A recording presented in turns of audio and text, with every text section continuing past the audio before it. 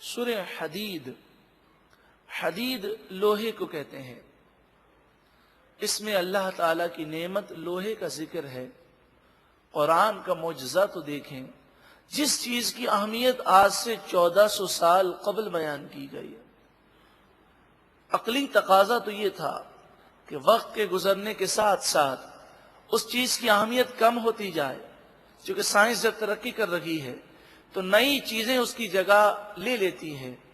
مگر قرآن کا معجزہ دیکھیں، 1400 سال پہلے جس لوہے کی اہمیت کو بیان کیا گیا، دن بدن اس کی اہمیت میں اضافہ ہوتا جا رہا ہے، اور آج دنیا کی ہر چیز میں لوہے کا استعمال، چاہے وہ اسٹیل کی شکل میں ہو، چاہے وہ کسی اور شکل میں ہو، اس کی مقبولیت میں اضافہ ہوتا جا رہا ہے۔ مگر افسوس کی بات ہے کہ جس قدر سائنس ترقی کرتی جا رہی ہے، اللہ کی قدرت کی نشانیوں اور معدنیات کی اہمیت بڑھتی جا رہی ہے، لیکن دین سے ہم اتنے دور ہیں کہ اسی قدر اللہ رب العالمین کی عظمتیں ہمارے دلوں سے کم ہوتی جا رہی ہیں۔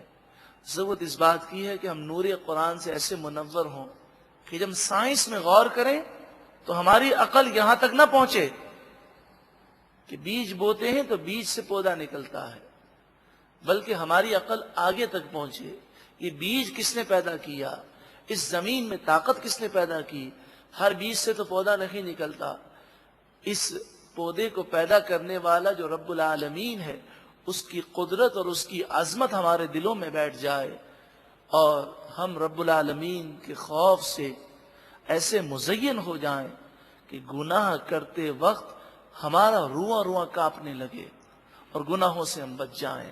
اللہ تعالی ہم سب کو توفیق عطا فرمائے۔ یہ مدنی سورت ہے، سورہ حدید مدینہ منورہ میں نازل ہوئی۔ اس سے مراد یہ کہ ہجرت کے بعد اس کا نزول ہوا۔ قرآن پاک کی ترتیب کے اعتبار سے 57 ہے، نزول کے اعتبار سے 94۔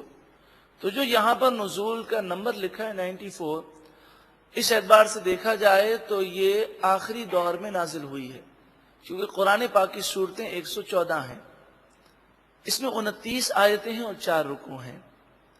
بسم اللہ الرحمن الرحیم، اللہ کے نام سے شروع جو بہت زیادہ مہربان نہایت رحم کرنے والا۔ سبح، پاکی ہے، للہ اللہ کے لیے، ما فی السماوات والارض، جو کچھ آسمان میں ہے اور جو کچھ زمین میں ہے، سب اسی کی پاکی بیان کر رہے ہیں۔ وَهُوَ الْعَزِيزُ الْحَكِيمُ، اور وہی غالب حکمت والا ہے۔ لَهُ مُلْكُ السَّمَاوَاتِ وَالْأَرْضِ، اسی کے لیے آسمان و زمین کی بادشاہت ہے۔ یحیی و یمیت، وہی زندہ کرنے والا، وہی موت دینے والا ہے۔ وَهُوَ عَلَى كُلِّ شَيْءٍ قَدِيرٌ، اور وہی ہر چاہت پر قادر ہے۔ اللہ کی قدرت کا ذکر ہے۔ هُوَ الْأَوَّلُ وَالْآخِرُ، وہی اول و آخر ہے، یعنی وہی ہمیشہ ہمیشہ سے ہے، ہمیشہ ہمیشہ رہے گا۔ والظاہر والباطن، وہی ظاہر و باطن ہے، ہر چیز میں اسی کی قدرت کا جلوہ ہے۔ وَهُوَ بِكُلِّ شَيْءٍ عَلِيمٌ، اور وہی ہر چیز کو جاننے والا ہے۔ هُوَ الَّذِي خَلَقَ السَّمَاوَاتِ وَالْأَرْضَ، وہی ہے جس نے آسمان و زمین کو پیدا کیا۔ فِي 6 أَيَّامٍ، 6 دنوں میں پیدا کیا۔ ثُمَّ اسْتَوَىٰ عَلَى الْعَرْشِ، پھر عرش پر استوا فرمایا جیسا کہ اس کی شان کے لائق ہے۔ یعلم ما یلج فی الارض، جو چیز زمین میں داخل ہوتی ہے اللہ تعالیٰ اسے جانتا ہے۔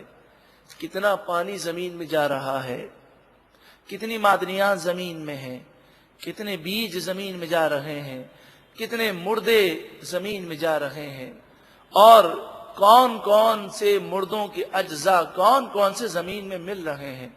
وما یخرج منہا، اور جو چیزیں زمین سے نکلتی ہیں وہ پیداوار ہے، معدنیات ہے، سب کو اللہ جانتا ہے۔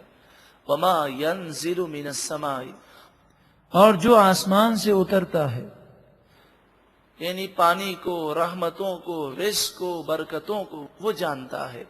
وما یعرج فیہا، اور جو آسمان میں چڑھتے ہیں، چاہے وہ فرشتے ہوں، چاہے نیک اعمال ہوں، سب کو اللہ تعالی جانتا ہے۔ وَهُوَ مَعَكُمْ أَيْنَمَا كُنْتُمْ، تم جہاں کہیں ہو اللہ تمہارے ساتھ ہے، اللہ دیکھ رہا ہے، اس سے تم شرم کرو، خوف کرو اور اس کی نافرمانی نہ کرو۔ واللہ بما تعملون بصیر، اور اللہ تمہارے تمام کاموں کو دیکھنے والا ہے۔ ختم قادریہ گو کہ ایک وظیفہ ہے، مگر باہر شریعت مسجد میں جس انداز میں اس کا ختم شریف ہوتا ہے، یہ وظیفہ ہونے کے ساتھ ساتھ اصلاح کا ذریعہ بھی ہے۔ الحمدللہ سینکڑوں بھائیوں اور بہنوں کی زندگی میں ختم قادریہ کی برکت سے انقلاب آیا۔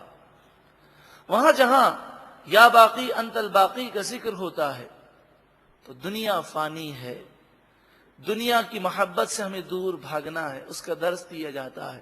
یا کافی انت الکافی کا جب ذکر ہوتا ہے تو اس بات کا درس ہوتا ہے کہ جب اللہ ہمارے لیے کافی ہے تو ہم جھوٹ بول کر روزی کیوں کمائیں، ہم گناہ کیوں کریں۔ اسی طرح جب ختم قادریہ شریف کے بعد اللہ تعالیٰ کے مبارک ناموں کا ورد ہوتا ہے تو وہ روحانی منظر ہوتا ہے جسے ہم الفاظ میں بیان نہیں کر سکتے۔ اور پھر آخر میں ہم یہ ذکر کرتے ہیں اللہ سب سے بڑا ہے، اللہ دیکھ رہا ہے۔ جب یہ ذکر ہوتا ہے تو یہ نصیحت کی جاتی ہے کہ جب اللہ دیکھ رہا ہے تو وہ اعمال اختیار کریں جس سے اللہ راضی ہو جائے۔ تو پورے ہفتے یہ روحانی یوں سمجھیے کرنٹ ہے کہ بندے کو پورے ہفتے ایک پاکیزہ سوچ دیتا ہے۔ آپ سے ہو سکے تو آپ بھی پابندی سے آئیں۔ ہر ہفتے کو دوپہر 2:30 بجے سے لے کر 5 بجے تک قادریہ لان شہزادہ لان میں خواتین کے لیے ختم قادریہ شریف ہوتا ہے، اور ہر اتوار کو عصر تا مغرب باہر شریعت مسجد میں مرد حضرات کے لیے ختم قادریہ شریف ہوتا ہے۔ وَهُوَ مَعَكُمْ أَيْنَمَا كُنْتُمْ، تم جہاں کہیں بھی ہو اللہ تمہارے ساتھ ہے۔ وَاللَّهُ بِمَا تَعْمَلُونَ بَصِيرٌ، اور اللہ تمہارے تمام کاموں کو دیکھ رہا ہے۔ لَهُ مُلْكُ السَّمَاوَاتِ وَالْأَرْضِ، اسی کے لیے آسمان و زمین کی بادشاہت ہے۔ وَإِلَى اللَّهِ تُرْجَعُ الْأُمُورُ، اور اللہ ہی کی طرف تمام معاملات لوٹائے جاتے ہیں، یعنی تمام معاملات کا حقیقی اختیار تو صرف اللہ کو ہے۔ بندہ چاہے کتنے ہی ہاتھ پاؤں مار لے، وہ تقدیر کے سامنے اور اللہ کے فیصلوں کے سامنے کئی مواقع پر وہ محسوس کرتا ہے کہ ہر وہ چیز جو میں چاہوں وہ مجھے مل جائے، ایسا نہیں ہوتا۔ تو جب انسان جانتا ہے کہ میری چاہت اللہ تعالی کی چاہت اور اس کی مرضی کے سامنے کوئی حیثیت نہیں رکھتی، تو پھر وہ چاہے جو رب چاہتا ہے، وہ کام کرے جس میں رب کی رضا ہے۔ من کان للہ فکان اللہ لہ، جو اللہ کا ہو جائے گا اللہ اس کا ہو جائے گا، اور جس کا اللہ ہو جائے ساری کائنات اس کی ہو جاتی ہے۔ رب العالمین ہمیں گناہوں سے سچی پکی توبہ کرتے ہوئے نیک اور پاکیزہ زندگی گزارنے کی توفیق عطا فرمائے۔ یولج اللیل فی النہار، رات کو دن کے حصے میں لاتا ہے، ویولج النہار فی اللیل، اور دن کو رات کے حصے میں لاتا ہے، وہو علیم بذات الصدور، اور وہ دلوں کی بات جانتا ہے۔ آمینو باللہ و رسولہ، ایمان لاؤ اللہ پر اور اس کے رسول پر۔ وَأَنفِقُوا مِمَّا جَعَلَكُمْ مُسْتَخْلَفِينَ فِيهِ، اور اس مال سے اللہ کی راہ میں خرچ کرو جس مال کا اللہ نے تمہیں مالک بنایا۔ اس مال میں تم گزرے ہوئے لوگوں کے وارث ہو. یعنی دنیا میں جو پہلے لوگ تھے وہ اس دنیا کے مالک تھے، وہ اس دنیا سے چلے گئے، اللہ تعالیٰ نے یہ دنیا تمہیں عطا فرمائی، اب تم بھی اس دنیا سے چلے جاؤ گے، تو اللہ تبارک و تعالیٰ نے تمہیں وارث بنایا ہے، نائب بنایا ہے. تو اس دنیا سے جانے سے پہلے تم یہ مال اللہ کی راہ میں خرچ کرو. فَالَّذِينَ آمَنُوا مِنْكُمْ، بس وہ لوگ جو تم میں سے ایمان لائے، وَأَنفَقُوا، اور انہوں نے اللہ کی راہ میں خرچ کیا، لَهُمْ أَجْرٌ كَبِيرٌ، ان کے لیے بڑا اجر ہے. وَمَا لَكُمْ لَا تُؤْمِنُونَ بِاللَّهِ، اور تمہیں کیا ہو گیا کہ تم اللہ پر ایمان نہیں لاتے. وَالرَّسُولُ يَدْعُوكُمْ لِتُؤْمِنُوا بِرَبِّكُمْ، حالانکہ رسول صلی اللہ علیہ وسلم تمہیں بلاتے ہیں، تمہیں دعوت دیتے ہیں تاکہ تم اپنے رب پر ایمان لاؤ. وَقَدْ أَخَذَ مِيثَاقَكُمْ إِن كُنتُم مُؤْمِنِينَ، حالانکہ اس اللہ نے تم سے پکا وعدہ لیا اگر تم یقین کرنے والے ہو.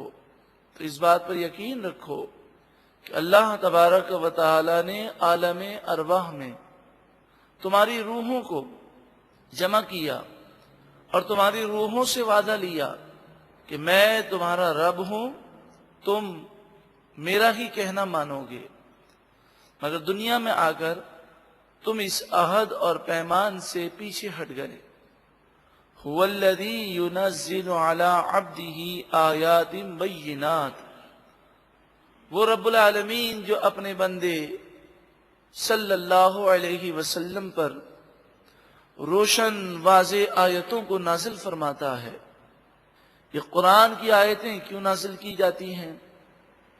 لِيُخْرِجَكُم مِّنَ الظُّلُمَاتِ إِلَى النُّورِ، تاکہ اللہ تعالی تمہیں اندھیروں سے نور کی طرف لے جائے. یہ قرآن کی آیتیں اندھیروں سے نور کی طرف لے جانے والی ہیں. وَإِنَّ اللَّهَ بِكُمْ لَرَؤُوفٌ الرَّحِيمٌ، اور بے شک اللہ تعالیٰ تم پر ضرور شفقت فرمانے والا مہربان ہے، رؤوف رحیم ہے.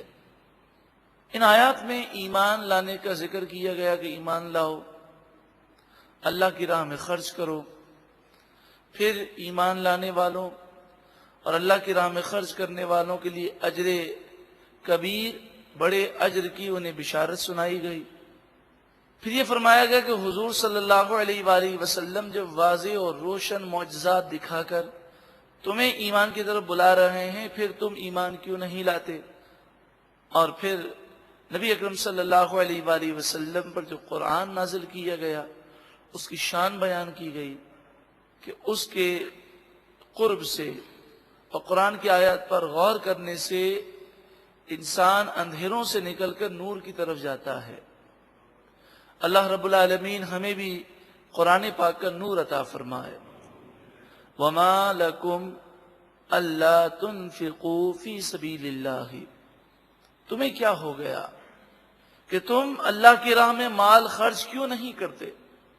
مال اس نے دیا، وہ تمہارے مال کا محتاج نہیں، اور تم جانتے ہو کہ اسے تمہاری حاجت نہیں. پھر اللہ کی راہ میں مال خرچ کرنے کا جو مطالبہ ہے یقیناً تمہارے بھلے کے لیے ہے. اور جب تم اللہ کی راہ میں مال خرچ کرو گے تو جتنا دو گے اس سے زیادہ دنیا میں بھی دیا جائے گا. آفات، بلیات، مصیبتوں سے، پریشانیوں سے بچو گے تو جب ہر لحاظ سے تمہارا فائدہ ہے کہ ثواب بھی ملے گا، جتنا مال دو گے اس سے زیادہ دنیا میں بھی ملے گا. پھر بھی تم اللہ کی راہ میں مال خرچ کیوں نہیں کرتے؟ وَلِلَّهِ مِيرَاثُ السَّمَاوَاتِ وَالْأَرْضِ، اور اللہ ہی کے لیے آسمان و زمین کی بادشاہت ہے. لا يستوی منکم من انفق من قبل الفتح وقاتل، تم میں وہ لوگ برابر نہیں کہ جنہوں نے مکے کی فتح سے پہلے اللہ کی راہ میں مال خرچ کیا اور انہوں نے جہاد کیا، وہ اور جو فتح مکہ کے بعد ایمان لائے دونوں برابر نہیں ہیں۔ حالانکہ دونوں صحابہ ہیں لیکن درجات میں بہت بڑا فرق ہے۔ اس کی وجہ یہ ہے کہ مکے فتح ہونے سے پہلے ایمان لانا ایک بہت مشکل امر تھا، اور وہ اسلام کو بنیاد بیس فراہم کرنا تھا۔ تو صحابہ کرام نے فتح مکہ سے پہلے اپنے خون مبارک سے اس اسلام کی آبیاری کی۔ جب مکہ مکرمہ فتح ہو گیا اور مسلمانوں کو واضح غلبہ مل گیا، اب جو ایمان لائے ان کا ایمان لانا بھی بہت بڑی سعادت ہے، مگر وہ ثواب وہ برکتیں وہ نہ پا سکے جو مکہ مکرمہ کی فتح سے پہلے جن لوگوں نے اسلام قبول کیا۔ اولئک اعظم درجۃ من الذین انفقوا من بعد وقاتلوا، یہ وہی لوگ ہیں جن کو کئی درجے عظمت حاصل ہے، بلندی حاصل ہے ان لوگوں سے کہ جنہوں نے مکے کی فتح کے بعد اللہ کی راہ میں مال خرچ کیا اور انہوں نے جہاد کیا۔ نبی اکرم صلی اللہ علیہ وآلہ وسلم نے اس کی مثال اس طرح فرمائی کہ مکہ مکرمہ کی فتح سے پہلے ایمان لانے والے، اللہ کی راہ میں جہاد کرنے والے اور مال خرچ کرنے والوں کا اس قدر درجہ بلند ہے، مکہ مکرمہ کی فتح کے بعد ایمان لانے والے اگر احد پہاڑ کے برابر سونا اللہ کی راہ میں دیں اور وہ پہلے ایمان لانے والے چند مٹھیاں جو کی دیں تو ثواب میں انہیں زیادہ ثواب ملے گا جنہوں نے چند مٹھیاں جو کی دیں، کیونکہ یہ مکہ مکرمہ کی فتح سے پہلے ایمان لائے، ان کا درجہ اس قدر بلند ہے۔ اب آپ سوچیں کہ جب ان کا درجہ اس قدر بلند ہے تو پھر اس کے بعد یعنی صحابہ کے بعد جو تابعین ہیں ان کے مقابلے میں صحابہ کا درجہ کس قدر بلند ہوگا، اور پھر اس طرح آپ سوچتے رہیں اور اس زمانے میں آ جائیں تو اس زمانے کے اگر سارے لوگ مل کر ساری دنیا کی دولتیں اللہ کی راہ میں دے دی تو کسی صحابی نے ایک کھجور اللہ کی راہ میں دی ہو تو ساری دنیا کی دولت اللہ کی راہ میں دینے سے بھی اتنا ثواب نہیں ملے گا جتنا اس صحابی رسول کو ایک کھجور اللہ کی راہ میں دینے سے ثواب ملے گا۔ تو جب صحابہ کا مقام اس قدر بلند و بالا ہے تو کس قدر بد نصیب ہے وہ شخص کہ جو اسلام کے محسنین ہیں، جنہیں اسلام نے اس قدر بلند درجہ عطا فرمایا، وہ ان کے بارے میں کلام کرے، ان پر اعتراضات کرے، انہیں برا کہے، نعوذ باللہ من ذالک ان کی توہین کرے، اور پھر اپنے آپ کو مسلمان بھی سمجھے اور اس قرآن پر ایمان بھی رکھے، تو اسے شرم سے ڈوب مرنا چاہیے کہ جس قرآن نے حضور پر ایمان لانے والوں کی تعریفیں بیان کی اس میں صحابہ بھی ہیں اور اہل بیت اطہار بھی ہیں، تو ان کی شان میں بے ادبی کرنے والا در حقیقت قرآن کو سمجھا نہیں ہے۔ وہ عظیم اسلام کے محسن ہیں جنہوں نے اپنی جان، اپنا مال، سب کچھ اسلام کے لیے قربان کیا۔ قیامت تک لوگ جتنی نیکیاں کرتے رہیں گے سب کا ثواب صحابہ کرام کو ملتا رہے گا، اس لیے کہ صحابہ کرام نے ہی قرآن کو آگے پہنچایا اور احادیث طیبہ پہنچائی، اور صحابہ جتنے نیک اعمال کرتے ہیں، انہوں نے جو کچھ نیک اعمال کیے، ان تمام نیک اعمال کا ثواب نبی اکرم صلی اللہ علیہ وآلہ وسلم کی بارگاہ میں ہے، اس لیے کہ حضور کی دعوت پر انہوں نے اسلام قبول کیا۔ تو نبی کے مقام و مرتبے کے برابر کوئی پہنچ ہی نہیں سکتا، چاہے وہ کتنی ہی عبادت کرے۔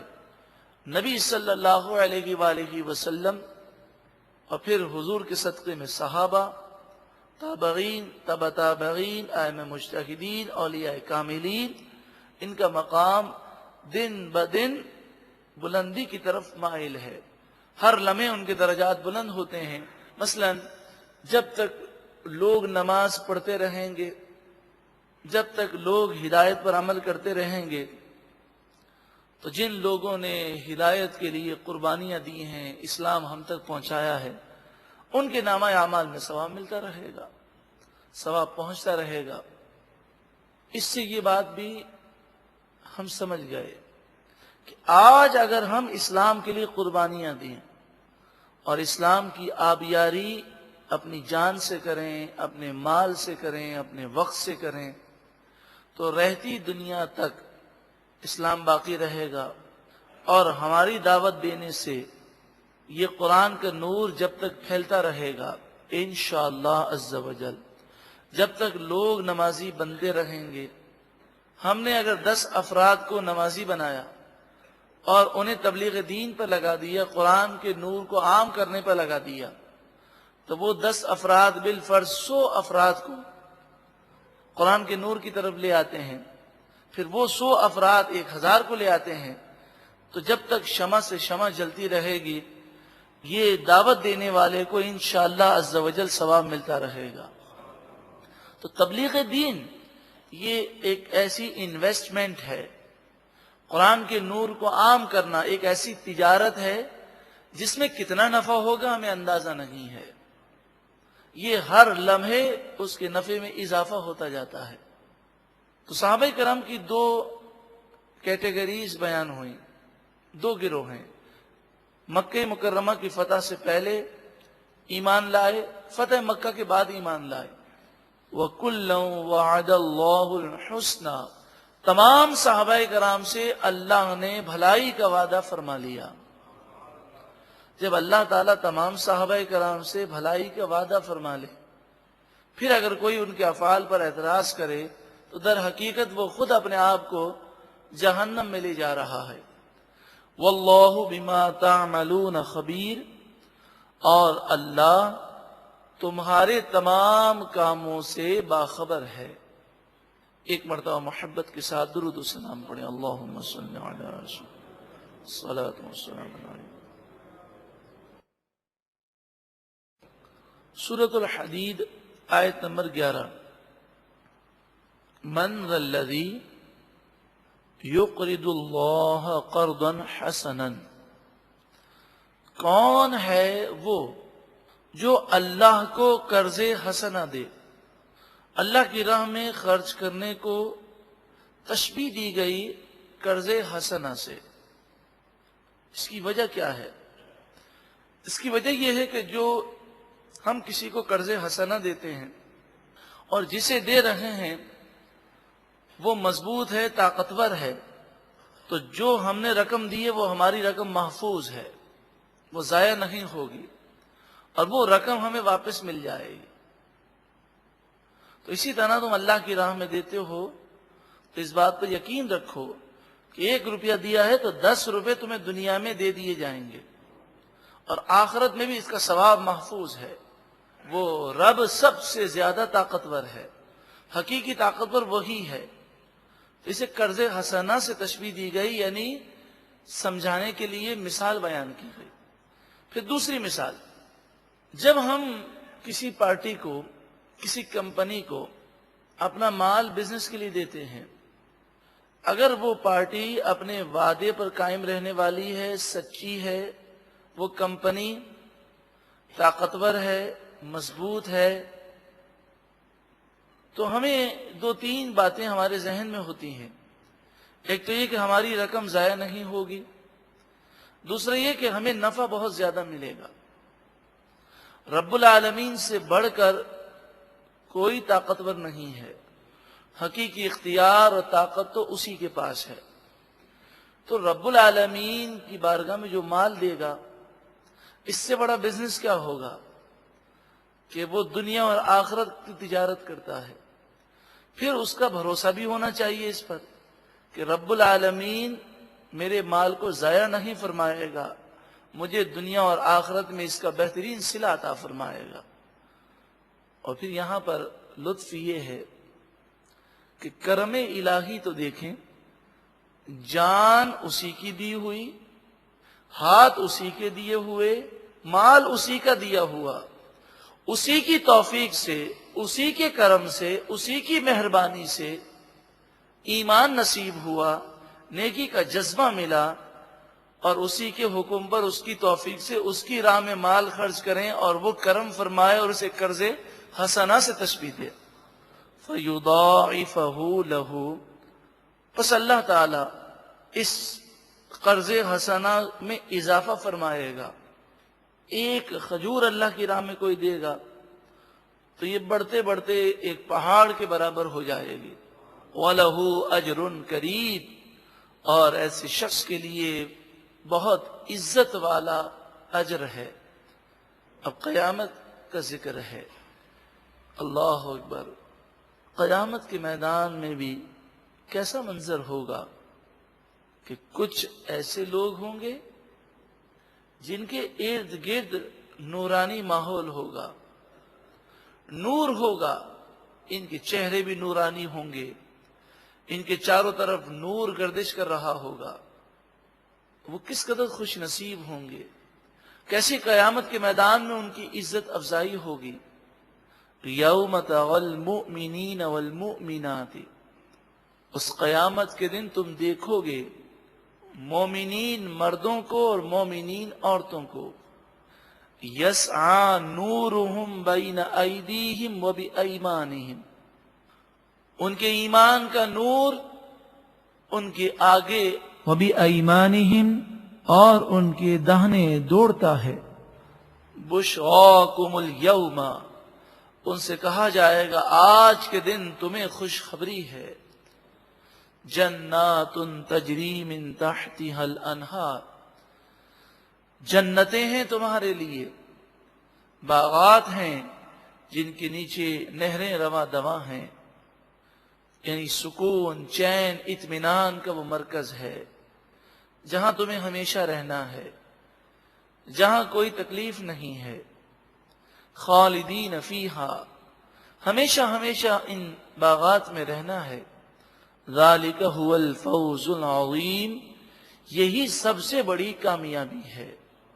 یوم یقول المنافقون والمنافقات، اس قیامت کے دن منافق مرد اور منافق عورتیں وہ کہیں گے للذین آمنوا، ایمان والوں سے کہیں گے، انظرونا، ذرا ہماری طرف نظر کرم کرو، ذرا ہمیں ایک نظر دیکھو، شاید تمہارے دیکھنے سے تمہارے ارد گرد گھومنے پھرنے والا جو نور ہے، تمہارے چہرے، تمہارے جسم نورانی ہیں، تمہارے چاروں طرف نور ہے، تمہارے دیکھنے سے شاید وہ نور ہمیں بھی کچھ مل جائے۔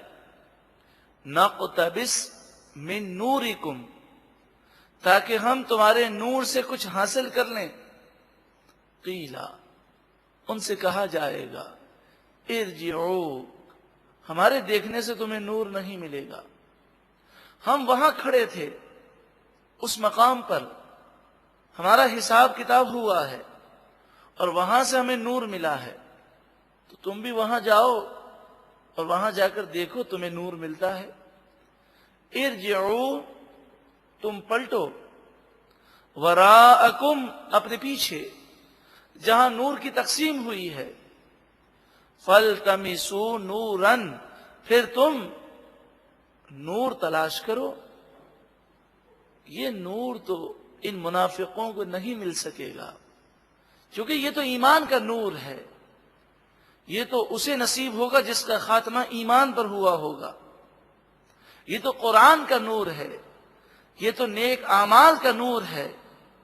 فَضُرِبَ بَيْنَهُمْ بِسُورٍ لَهُ بَابٌ، پس ان کے درمیان ایک چار دیواری قائم کر دی جائے گی، یعنی پیچھے ہٹ کر جب دوبارہ آئیں گے تو اب انہیں مومنین نظر نہیں آئیں گے، مومنین کے چاروں طرف ایک پردہ آ جائے گا، اب منافقین جب اس طرف دیکھیں گے تو انہیں وہ پردہ حائل نظر آئے گا، وہ اب مومنین کے نور کو دیکھ کر بھی لذت کو حاصل نہیں کر سکیں گے۔ بابن، اس چار دیواری میں، اس آڑ میں ایک دروازہ ہوگا جسے قرآن پاک نے سور قرار دیا۔ سور کی مراد ہے دیوار۔ جیسے ایک شہر ہوتا ہے تو شہر کی چاروں طرف جو باؤنڈری بنتی ہے، یا باغ کے چاروں طرف جو باؤنڈری ہوتی ہے، اسے سور کہتے ہیں، سور المدینہ، شہر کی باؤنڈری۔ تو وہ چاروں طرف جو باؤنڈری ہوگی، اس باؤنڈری میں ایک دروازہ ہوگا، جس دروازے سے یہ ایمان والے جنت میں داخل ہوں گے، اور جس طرف منافقین ہوں گے اس طرف جہنم کا راستہ ہوگا۔ باطنہ فیہ الرحمہ، اس باؤنڈری کے اندر جو کچھ ہوگا وہ تو مومنین ہوں گے، تو باطنہ، اس چار دیواری کا باطن، اندرونی حصہ، فیہ الرحمہ، اس میں رحمت ہوگی، اللہ کا کرم ہوگا، اللہ کا فضل ہوگا۔ یہ بھی منافقوں کو اذیت دینے کے لیے ایسا کیا جائے گا، یعنی کسی پر انعام اور اکرام کی بارشیں ہو رہی ہوں اور باہر سے کوئی محسوس کر رہا ہو لیکن وہ دیکھ نہ سکتا ہو، تو اسے کیسا تجسس ہوگا اور کتنی حسرت ہوگی کہ نہ جانے کیا کیا برکتیں انہیں مل رہی ہیں۔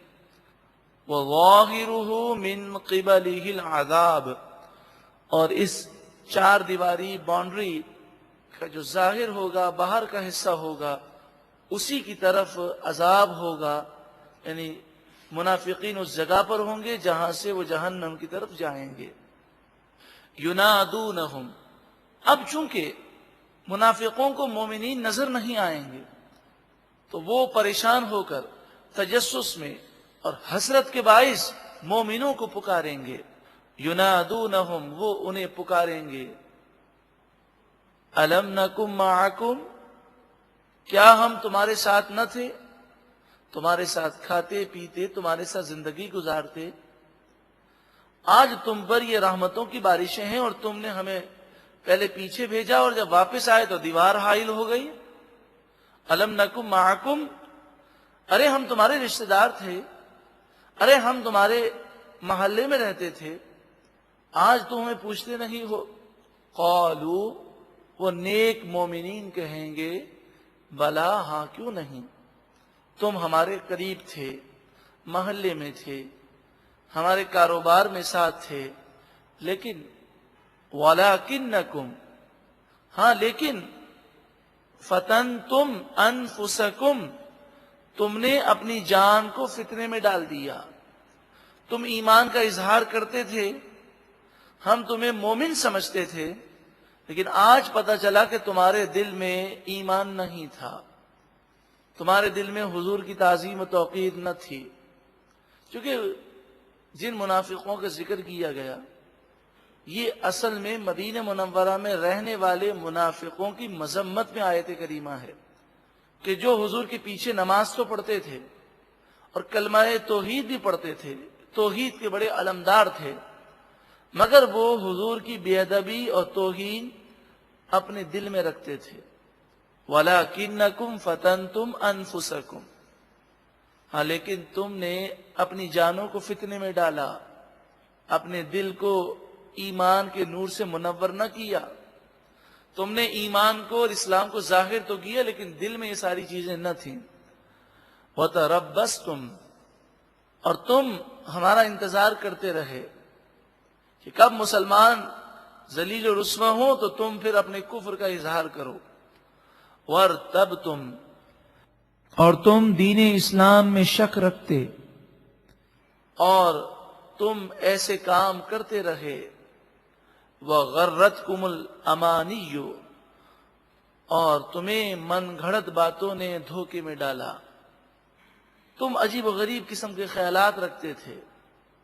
یعنی قرآن، حدیث طیبہ، صحابہ کرام، تابعین، تبع تابعین، بزرگان دین کی زندگیاں ہمارے لیے مشعل راہ ہیں۔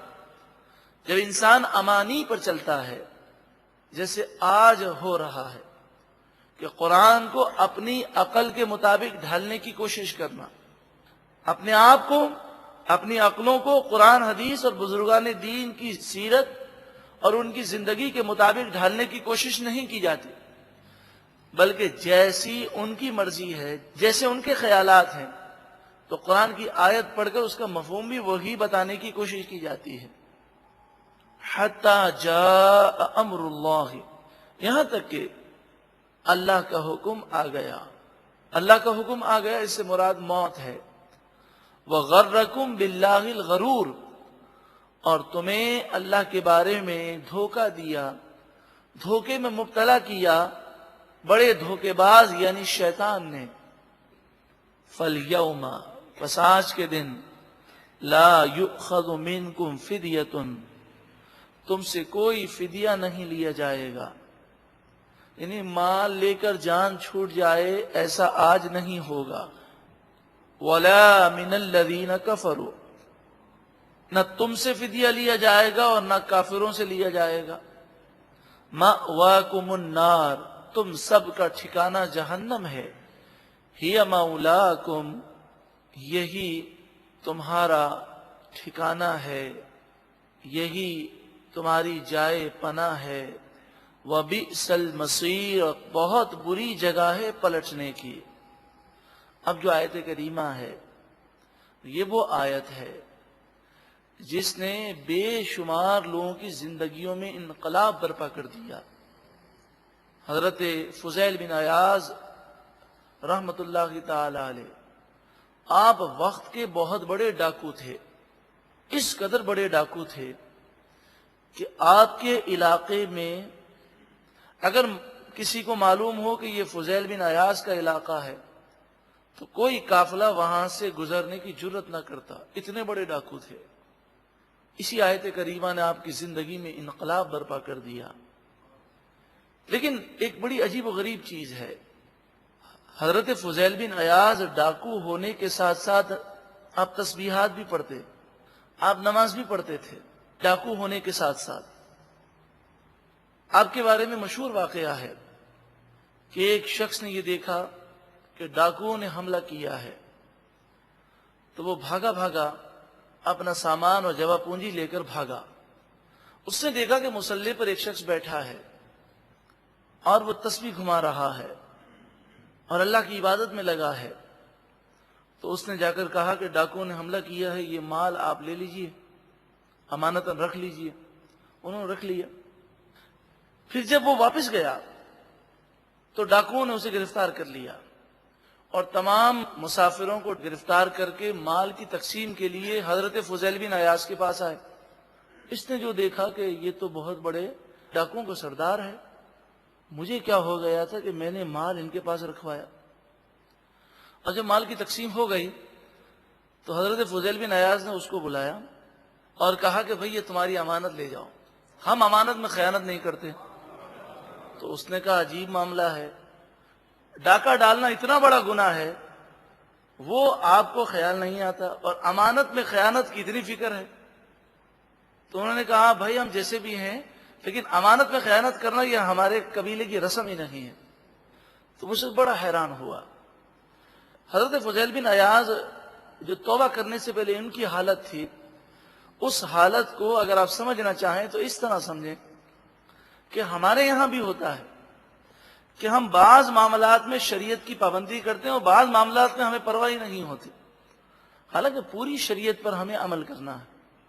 سنا اچھی بات ہے، امانت میں خیانت نہیں ہونی چاہیے، لیکن ڈاکوؤں کا سردار ہونا، اس طرح آپ کی یہ زندگی گزرتی رہی۔ ایک دن ایک قافلہ گزر رہا تھا اور اس نے سورۃ الحدید کی آیت نمبر 16 کی تلاوت کی۔ اس زمانے میں رواج یہ تھا کہ جب قافلہ گزرتا تو ہمارے یہاں تو جب ہم سفر میں ہوتے ہیں تو ہنسی مذاق کرتے ہیں یا گناہوں کی باتیں کرتے ہوئے گزرتے ہیں۔ اس زمانے میں یہ ہوتا کہ قافلہ گزرتا تو آگے ایک شخص قرآن کی تلاوت کرتا اور سب قرآن سنتے ہوئے اپنے سفر کو جاری رکھتے۔ تو حضرت فضیل بن عیاض نے جب یہ آیت کریمہ سنی تو آپ روتے روتے بے ہوش ہو گئے، اور پھر آپ نے سچی پکی توبہ کی، تمام آپ کے ساتھیوں نے توبہ کی، اور جن جن کے آپ نے مال لوٹے تھے ان کے پاس جا جا کر آپ نے معافیاں مانگی ان کا مال واپس کیا، انہیں راضی کیا، اور پھر ساری زندگی اللہ کی عبادت میں گزاری۔ اب یہ آیت کریمہ یقیناً اپنے اندر وہ اثر رکھتی ہے کہ بڑے بڑے سخت دلوں کے دل نرم ہو گئے۔ اللہ کرے ہمارے دل میں نرم ہو جائیں۔ الم یعنی للذین آمنوا ان تخشع قلوبہم لذکر اللہ، کیا ابھی ایمان والوں کے لیے وہ وقت نہیں آیا کہ ایمان والوں کے دل اللہ کے ذکر کی وجہ سے لرز جائیں؟ ابھی توبہ کرنے اور لرزنے کا وقت نہیں آیا تو کیا مرنے پر توبہ کریں گے؟ الم یعنی للذین آمنوا ان تخشع قلوبہم لذکر اللہ، کیا ایمان والوں کے لیے ابھی وہ وقت نہیں آیا کہ اللہ کے ذکر کی وجہ سے، اللہ کی یاد سے ان کے دل لرز جائیں؟ وما نزل من الحق، اور اس حق کے لیے جو اترا، اور وہ قرآن جو اللہ نے حق نازل کیا، اس قرآن کو سن کر ان کے دل لرز جائیں کہ ابھی یہ وقت نہیں آیا۔ جب حضرت فضیل بن عیاض نے یہ آیت کریمہ سنی تو رونے لگے اور کہنے لگے وہ وقت آ گیا، وہ وقت آ گیا، اور روتے روتے بے ہوش ہو گئے۔ وَلَا يَكُونُوا كَالَّذِينَ أُوتُوا الْكِتَابَ مِن قَبْلُ، اور وہ مسلمان ان لوگوں کی طرح نہ ہوں کہ جنہیں ان سے پہلے کتاب دی گئی، توریت، انجیل، زبور، فَطَالَ عَلَيْهِمُ الْأَمَدُ، پھر ان پر مدت کافی گزر گئی، آہستہ آہستہ وہ اپنی کتابوں سے دور ہو گئے، فَقَسَتْ قُلُوبُهُمْ، پھر ان کے دل سخت ہو گئے۔ تو ایسا مسلمانوں کے ساتھ نہ ہو، مسلمان ایسا نہ کریں کہ قرآن نازل ہوا، صحابہ کرام نے قرآن پر عمل کیا، لیکن وقت گزرنے کے ساتھ ساتھ آج ہم قرآن سے بہت دور ہیں، ہمارے دل بہت سخت ہو گئے۔ وَكَثِيرٌ مِّنْهُمْ فَاسِقُونَ، اور ان میں سے اکثر لوگ نافرمان ہیں، فاسق ہیں۔ اب دیکھیں یہ آیت میں مسلمانوں کا ذکر ہے، اور مسلمانوں سے کہا گیا کہ قرآن کی وجہ سے اور اللہ کی یاد سے تمہارے دلوں کے لرزنے کا اور کانپنے کا اور توبہ کرنے کا بھی وقت نہیں آیا۔ پھر یہ فرمایا گیا کہ اہل کتاب کی طرح نہ ہو جانا کہ وقت گزرنے کے ساتھ ساتھ وہ اپنی کتابوں سے دور ہو گئے، تو کہیں تم بھی کتاب قرآن سے دور نہ ہو جانا کہ کہیں تمہارے دل بھی سخت نہ ہو جائیں، کیونکہ قرآن پاک سے دوری یہ قلب دل کی سختی کا باعث ہے۔ اے مالک و مولا، تو ہمارے دلوں کو نرم کر دے، اور توبہ کا وقت اور لرزنے کا وقت اے مالک و مولا آج ہی کر دے، ہمیں سچی پکی توبہ نصیب فرما۔ اعلموا ان اللہ یحیی الارض بعد موتها، تم خوب جان لو بے شک اللہ تعالی زمین کو ویرانی کے بعد دوبارہ زندگی عطا فرماتا ہے، مردہ زمین کو زندہ فرماتا ہے، یعنی بنجر کو سرسبز و شاداب فرماتا ہے۔ اے مالک و مولا، ہمارے دل کی بنجر زمین کو بھی سرسبز و شاداب کر دے، اور اس میں بھی نور کو داخل فرما دے۔ قد بینا لکم الآیات، بے شک ہم نے تمہارے لیے آیتیں خوب واضح روشن بیان کی، لعلکم تعقلون، تاکہ تم عقل رکھو، سمجھو۔ یہ آیتیں روشن اور واضح کیوں ہیں؟ اس لیے تاکہ تمہیں سمجھ حاصل ہو۔ ہے کوئی سمجھنے والا؟ ان المصدقین والمصدقات، بے شک صدقہ کرنے والے، اللہ کی راہ میں مال خرچ کرنے والے مرد اور مال خرچ کرنے والی عورتیں، وَأَقْرَضُوا اللَّهَ قَرْضًا حَسَنًا، اور وہ لوگ جنہوں نے اللہ کو قرض حسنہ دیا، یضاعف لہم، ان کے لیے اس مال کو بڑھایا جائے گا دنیا میں بھی اور آخرت میں بھی، وَلَهُمْ أَجْرٌ کریم، اور ان کے لیے عزت کا اجر ہے، عزت والا صلہ ہے۔ وَالَّذِينَ آمَنُوا بِاللَّهِ وَرُسُلِهِ، اور وہ لوگ جو ایمان لائے اللہ پر اور اس کے رسولوں پر، أُولَئِكَ هُمُ الصِّدِّيقُونَ، یہی لوگ سچے ہیں، وَالشُّهَدَاءُ عِندَ رَبِّهِمْ، اور یہی لوگ اپنے رب کے پاس شہداء ہیں، گواہ ہیں۔ انہیں یہ مقام و مرتبہ دیا جائے گا کہ کل بروز قیامت انہیں اعزاز ملے گا، یہ گواہی دینے کے لیے کھڑے ہوں گے، ان کی گواہی اور ان کی باتیں سنی جائیں گی۔ لہم اجرہم، انہی کے لیے ان کا اجر ہے، وہ نورہم، اور ان کا نور ہے۔ بار بار نور کا ذکر ہے۔ اے اللہ ہمارے دل کو نور کر دے، سختی کو دور کر دے، اپنا قرب دے کر دوری کو دور کر دے۔ والذین کفروا، اور وہ لوگ جنہوں نے کفر کیا، وکذبوا بآیاتنا، اور ہماری آیتوں کو جھٹلایا، اولئک اصحاب الجحیم، یہی لوگ جہنمی ہیں۔ یا اللہ ہمیں کفر سے اور برے خاتمے سے محفوظ فرما۔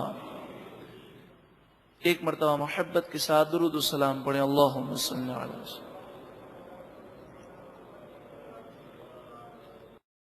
سورۃ الحدید کی آیت نمبر 20، اگر یہ آیت کریمہ سمجھ میں آ جائے، تمام گناہوں سے جان چھوٹ جائے، کیونکہ ساری برائیوں کی جو اصل ہے وہ دنیا کی محبت ہے۔ انسان گناہ کرتا ہے موت سے، آخرت سے غافل ہو کر دنیا کی محبت میں۔ اعلموا، اے لوگوں تم اچھی طرح جان لو، انما الحیات الدنیا لعب و لہو، دنیا کی زندگی تو کھیل کود ہے، کہ کھیل کود میں وقت ضائع کرنے کے علاوہ کوئی چیز حاصل نہیں ہوتی۔ ایسے ہی دنیا میں دل لگانا یہ وقت کا ضیاع ہے۔ وَزِینَةٌ، اور زینت ہے، وَتَفَاخُرٌ بَیْنَکُمْ، آپس میں ایک دوسرے پر فخر کرنا ہے، غرور کرنا ہے، وَتَکَاثُرٌ فِی الْأَمْوَالِ وَالْأَوْلَادِ، مال اور اولاد میں کثرت کو چاہنا ہے۔ آیت کریمہ کے اس حصے میں پوری دنیا کو بیان کر دیا گیا۔ دنیا میں ساری کوششیں مال کی کثرت کے لیے ہیں، مال کے اضافے کے لیے ہیں۔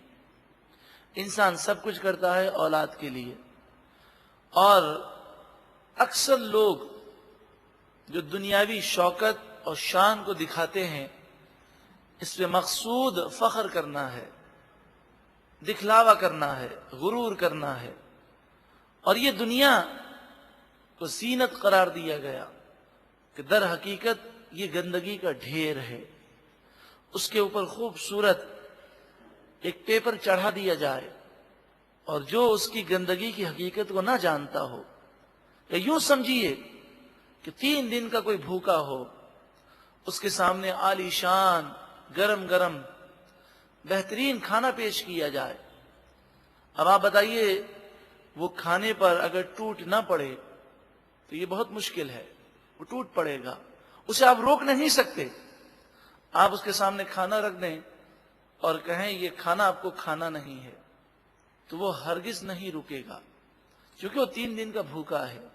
مگر ایک چیز اسے اس کھانے سے دور کر سکتی ہے، اگر کوئی آ کر اسے یہ بتا دے کہ اس کھانے میں زہر ملا ہوا ہے، تو جب نقصان کا علم ہوگا تو چاہے کتنا بھی بھوکا ہو، اب کھانے سے اسے گھن اور نفرت آئے گی، کیونکہ انسان یہ سوچے گا کہ بھوک ٹھیک ہے، لیکن زہر آلود کھانا کھا کر دنیا سے جانا یہ تو بے وقوفی ہے، میں تو مر جاؤں گا۔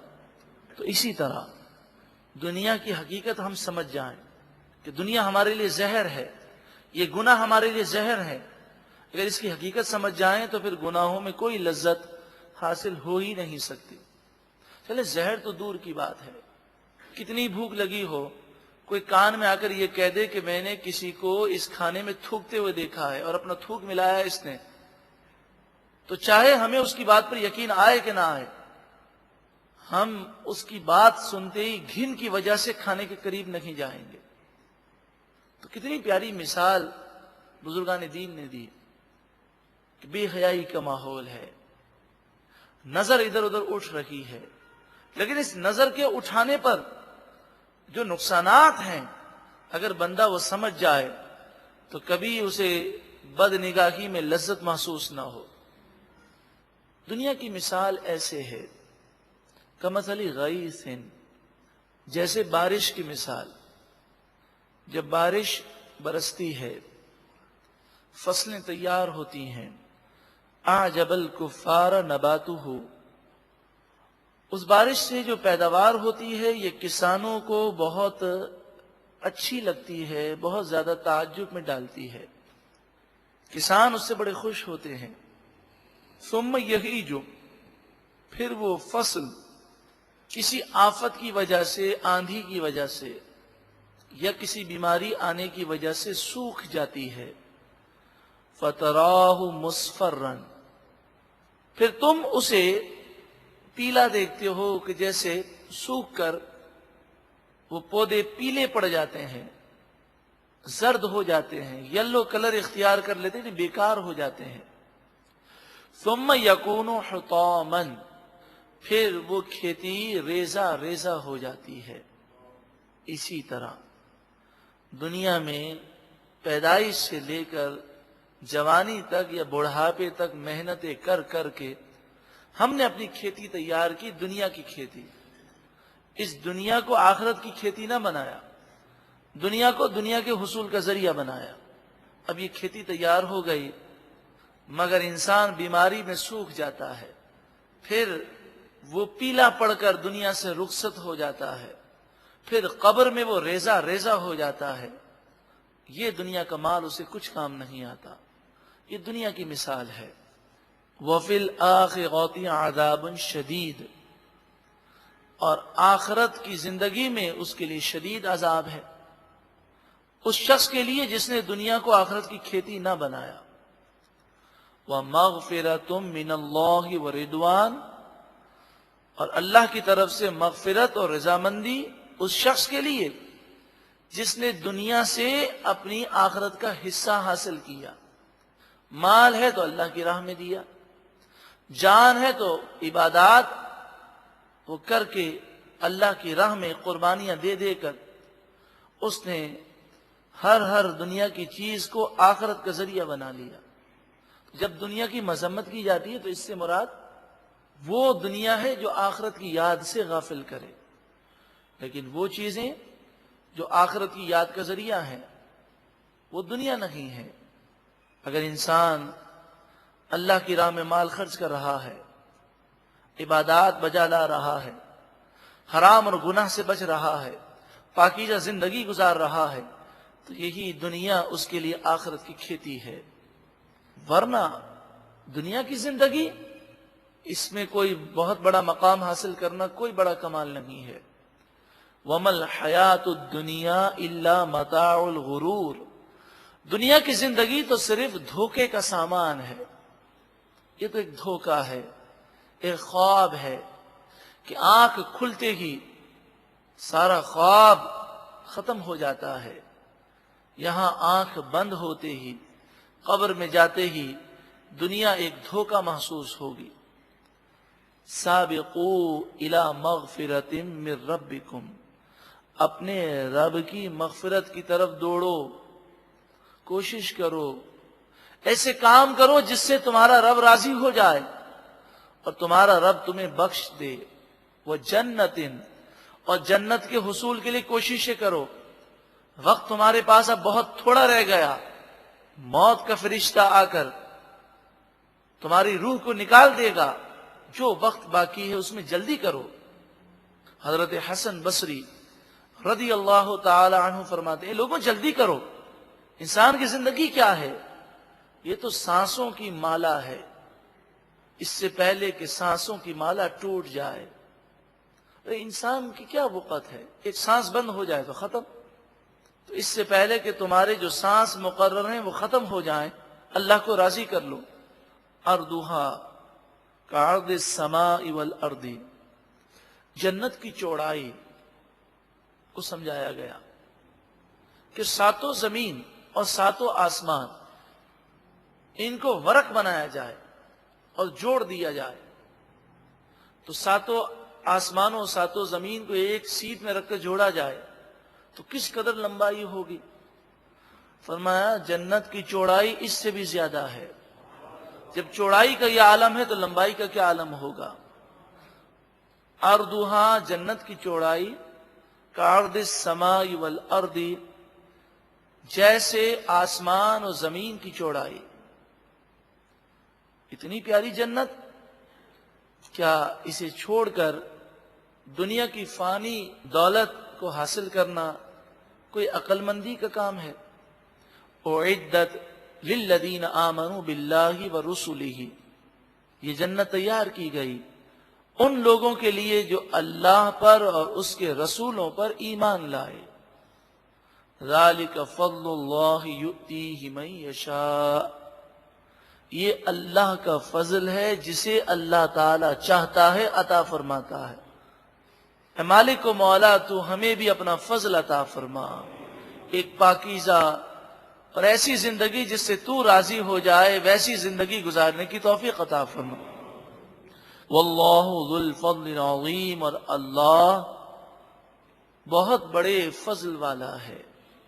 ما اصاب من مصیبت فی الارض ولا فی انفسکم الا فی کتاب من قبل ان نبرأها، تمہیں زمین میں یا تمہاری جان میں جو مصیبت پہنچتی ہے وہ تمہاری پیدائش سے بھی پہلے لوح محفوظ میں لکھ لی گئی. تمہیں جو مصیبت زمین میں پہنچے یا تمہاری جان میں پہنچے، بیماریاں وغیرہ، یہ پہنچنے سے پہلے ہی تمہاری پیدائش سے بھی پہلے لوح محفوظ میں اسے لکھ لیا گیا. ان ذالک علی اللہ یسیر، بے شک یہ سب کچھ اللہ پر آسان ہے.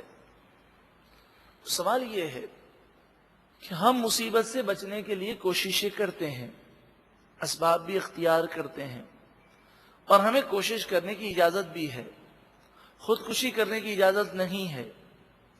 کوئی اگر وہ ٹرین کے نیچے جا کر لیٹ جائے اور کہے یہ تو لوح محفوظ میں لکھا ہوا تھا تو اس کی بہت بڑی نادانی ہوگی. ہم اللہ کے بندے ہیں، اللہ کے حکم کے پابند ہیں، تو ہمیں جو حکم دیا گیا کہ اپنی جان کا تحفظ کرو، اپنے آپ کو مشکلات اور پریشانیوں سے بچانے کی کوشش کر سکتے ہو، تو وہ تو جائز ہے. مگر یہاں پر یہ کیوں فرمایا گیا؟ فرمایا لِكَيْ لَا تَأْسَوْا عَلَى مَا فَاتَكُمْ، یہ قاعدہ تمہیں اس لیے بتایا گیا کہ تم نے کوششیں کی، اس کے باوجود نقصان ہو گیا تو تم اس پر افسوس نہ کرو، تمہارے حوصلے پست نہ ہو، تم کہو یہ تو وہی ہوا جو تقدیر میں لکھا تھا، تاکہ تم افسوس نہ کرو جو تم سے گم ہو گیا. وَلَا تَفْرَحُوا بِمَا آتَاكُمْ، اور جو تمہیں اللہ نے دیا اس پر تم غرور نہ کرو، کہ تمہیں جو ملا تم یہ نہ سمجھو کہ یہ ہماری کوششوں کا نتیجہ ہے، بلکہ تم یہ کہو یہ تو اللہ کا کرم تھا کہ اس نے پہلے ہی لکھ دیا تھا تو ہمیں مل گیا.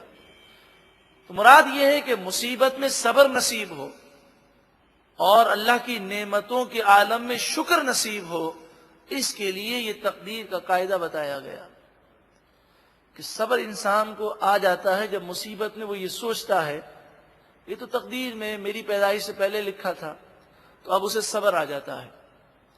اور جب وہ غرور سے بچنا چاہے تو سوچے میرا کیا کمال ہے، یہ تو اللہ نے لکھ دیا تھا تو مجھے ملا، تو یہ سوچے تو اس کا غرور اور تکبر دور ہو جاتا ہے.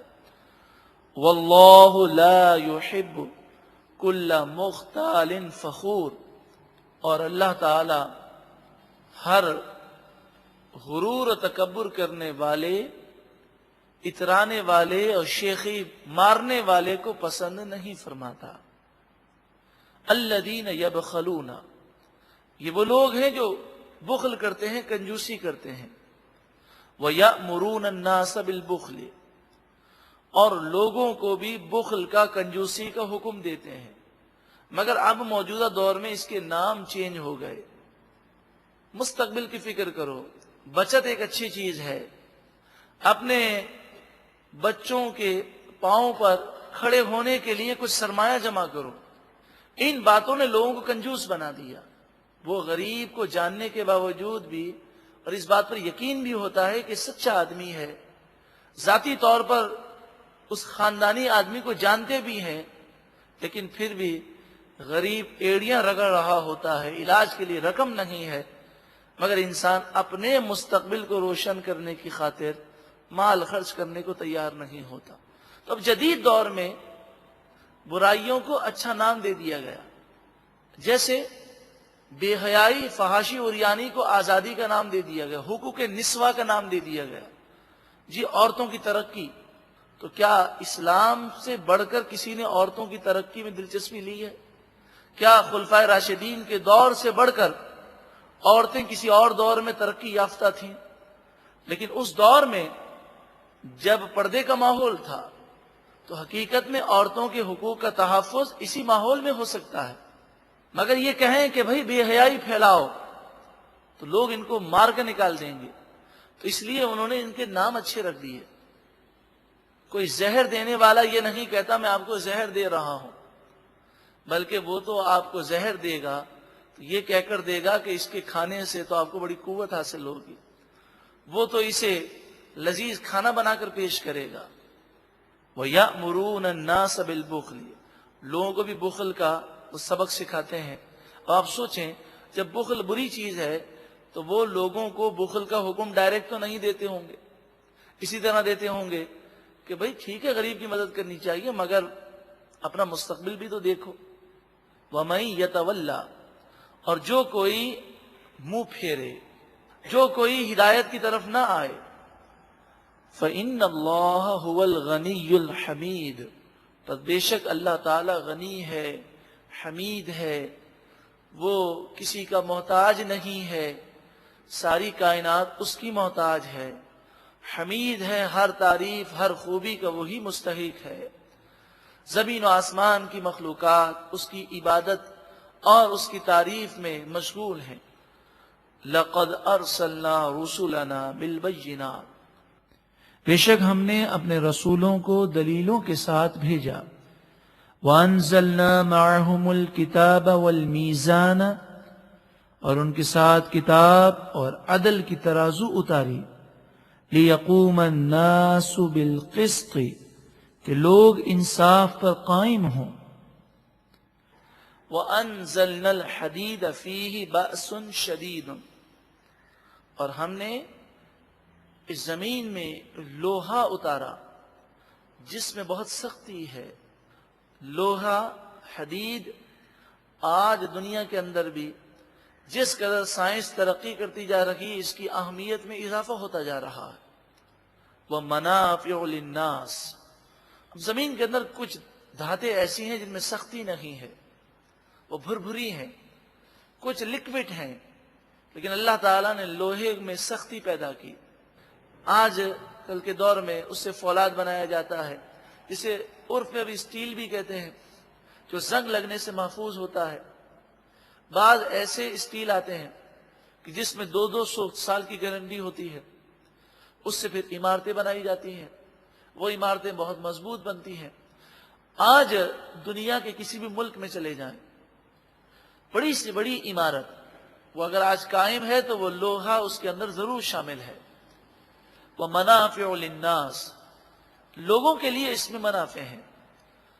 وَلِيَعْلَمَ اللَّهُ مَن يَنْصُرُهُ وَرُسُلَهُ بِالْغَيْبِ، یہ ساری باتیں اس لیے ہیں تاکہ اللہ تعالیٰ ظاہر فرمائے کہ کون اس کے دین کی مدد کرتا ہے اور کون اس کے رسولوں کی مدد کرتا ہے، بالغیب، بن دیکھے، عذاب کے آنے سے پہلے وہ ہدایت یافتہ ہو جاتا ہے۔ ان اللہ قوی عزیز، بے شک اللہ تعالی قوی ہے، طاقتور ہے، عزیز ہے، غالب ہے۔ وَلَقَدْ أَرْسَلْنَا نُوحًا، اور ضرور بے شک ہم نے بھیجا حضرت نوح علیہ السلام، وَإِبْرَاهِيمَ، اور ابراہیم علیہ السلام، وَجَعَلْنَا فِي ذُرِّيَّتِهِمَا النُّبُوَّةَ وَالْكِتَابَ، اور ہم نے ان دونوں کی اولاد میں نبوت اور کتاب کو رکھا۔ حضرت ابراہیم علیہ السلام حضرت نوح علیہ السلام کی اولاد میں سے ہیں، اور ابراہیم علیہ السلام کی اولاد میں اسماعیل علیہ السلام، اسحاق علیہ السلام، پھر اسحاق علیہ السلام کے بیٹے یعقوب علیہ السلام، یعقوب علیہ السلام کے 12 بیٹے، اور یہ 12 بیٹے اور ان کی اولاد بنی اسرائیل کہلاتی ہے، جس میں تقریباً 80,000 نبی بھیجے گئے۔ فَمِنْهُمْ مُهْتَدٍ، بس ان میں سے بعض ہدایت یافتہ ہیں، یعنی ان کی اولاد میں جب نبوت بھی ہے، کتاب بھی ہے، تو ان کی اولاد میں جو عام لوگ ہیں ان میں کچھ ایمان لائے، اور وَكَثِيرٌ مِّنْهُمْ فَاسِقُونَ، اور نافرمانی کرنے والے کثیر ہیں، ان میں سے اکثر فاسق ہیں، نافرمان ہیں۔ یہاں پر ایک بات یاد رکھیں کہ نافرمانی کرنے والے ہر دور میں اکثر رہے ہیں، آج بھی اکثریت کافروں کی ہے، 85% کافر، پھر مسلمانوں میں اکثریت بے نمازیوں کی۔ تو یہ نہ دیکھا جائے کہ لوگ کیا کر رہے ہیں، کیونکہ اکثر لوگ جہنم میں جانے والے کام کر رہے ہیں۔ اگر ہم ان لوگوں کی دیکھا دیکھی کریں گے تو ہم بھی وہی جہنم کا راستہ پکڑیں گے۔ ثم پھر قفینا علی آثارہم برسلنا، پھر ہم نے انہی کے نقش قدم پر اور ہمارے رسولوں کو بھیجا پے در پہ، کہ رسول آتے رہے، اور یہ سلسلہ حضرت عیسیٰ علیہ السلام تک جاری و ساری رہا بنی اسرائیل میں۔ وقفینا، اور ہم نے پے در پہ بھیجا رسولوں کو، اور اس کے بعد ہم نے بھیجا بعیسی ابن مریم، عیسیٰ ابن مریم کو، وآتیناہ الانجیل، اور ہم نے عیسیٰ علیہ السلام کو انجیل عطا فرمائی، وَجَعَلْنَا فِي قُلُوبِ الَّذِينَ اتَّبَعُوهُ رَأْفَةً وَرَحْمَةً، اور ہم نے عیسیٰ علیہ السلام کی پیروی کرنے والوں کے دلوں میں نرمی اور رحمت کو رکھ دیا۔ اب آپ سوچیں، قرآن تو فرماتا ہے کہ عیسیٰ علیہ السلام کے دین کی پیروی کرنے والے نرم ہوتے ہیں۔ آج مسلمانوں کے بہت بڑے دشمن جو لوگ ہیں ان میں اکثریت یہودیوں اور عیسائیوں کی ہے۔ اگر یہ حضرت عیسیٰ علیہ السلام کی شریعت کو ماننے والے ہوتے تو حضرت عیسیٰ علیہ السلام کی شریعت میں نرمی ہے، اور ایسا آدمی نرم دل ہوتا ہے۔ اور پھر یہ کیسے نرم دل تھے کہ جو حضرت عیسیٰ علیہ السلام کو حقیقی طور پر ماننے والے تھے، جب انہوں نے حضور کو دیکھا تو دیکھتے ہی ایمان لے آئے۔ وَرَهْبَانِيَّةً، اور رہبانیت، دنیا سے کنارہ کشی، یہ عیسائیوں میں ایجاد کیا گیا۔ وَرَهْبَانِيَّةً نِبْتَدَعُوهَا، یہ ان لوگوں نے خود ایجاد کی، انجیل میں اس کا حکم نہ تھا۔ ہاں، یہ بات درست ہے کہ حضرت عیسیٰ علیہ السلام نے نکاح نہ فرمایا، آپ نے کوئی مکان نہ بنایا، آپ نے یہاں تک کہ تکیہ تھا تو اس تکیے کو بھی آپ نے چھوڑ دیا، پھر آپ سوتے وقت اینٹ رکھتے تھے، پھر آپ نے خیال کیا کہ اینٹ کی بھی کیا ضرورت ہے، ہاتھ کی تکیہ بنانے کے لیے کافی ہے۔ آپ اپنے ساتھ ایک پیالہ رکھتے تھے، تو آپ نے یہ سوچا کہ اللہ تعالیٰ نے ہاتھ دیے ہیں جو پیالے کی شکل اختیار کر لیتے ہیں، تو آپ نے پیالہ چھوڑ دیا اور چلو سے پانی پینے لگے۔ تو حضرت عیسیٰ علیہ السلام کا یہ زندگی گزارنا آپ کا ایک طریقہ تو تھا، لیکن آپ نے لوگوں کو اسی طرح زندگی گزارنے کا حکم نہ دیا۔ جب حضرت عیسیٰ علیہ السلام دنیا میں پھر آئیں گے تو آپ نکاح فرمائیں گے، لیکن عیسیٰ علیہ السلام کے اس عمل سے عیسائیوں نے یہ اخذ کیا کہ ان میں رہبانیت ہے. وہ بعض ایسے ہیں جو نکاح نہیں کرتے، شادی نہیں کرتے، جنگلوں میں، ویرانوں میں، ریگستانوں میں، بغیر مکانات کے، بغیر کسی سامان کے وہ پڑے رہتے ہیں. تو یہ رہبانیت یہ انہوں نے خود ایجاد کی. ما کتبناہا علیہم، ہم نے ان پر یہ لازم نہیں کی تھی. الا ابتغاء رضوان اللہ، مگر یہ سب کچھ انہوں نے اللہ کی رضامندی حاصل کرنے کے لیے کیا. تو اگر کوئی ایسا ان کی شریعت میں کرے تو ان کی شریعت میں منع بھی نہیں تھا. گو کہ ہماری شریعت میں ایسا کرنا منع ہے، ان کی شریعت میں منع نہیں تھا. مگر فما رعوها حق رعایتها، پھر وہ اس کے حق کو ادا نہ کر سکے جیسا کہ اس کے حق کو ادا کرنا چاہیے. وہ اس کا لحاظ نہ رکھ سکے جیسا لحاظ رکھنا چاہیے تھا. پھر کیا ہوا؟ جب انہوں نے نکاح نہیں کیے، شادیاں نہ کی، تو وہ شیطانی حملوں کا شکار ہو گئے. اب لوگوں میں تو یہ شو تھا کہ یہ راہب ہے، یہ راہبانیت اختیار کرتا ہے، مگر ان کی نگاہیں گندی ہو گئی، ان کے ذہن گندے ہو گئے، ان کے دل گندے ہو گئے. کیونکہ یہ چیز حضرت عیسیٰ علیہ الصلوۃ والسلام کا تو مقام بہت بلند و بالا ہے.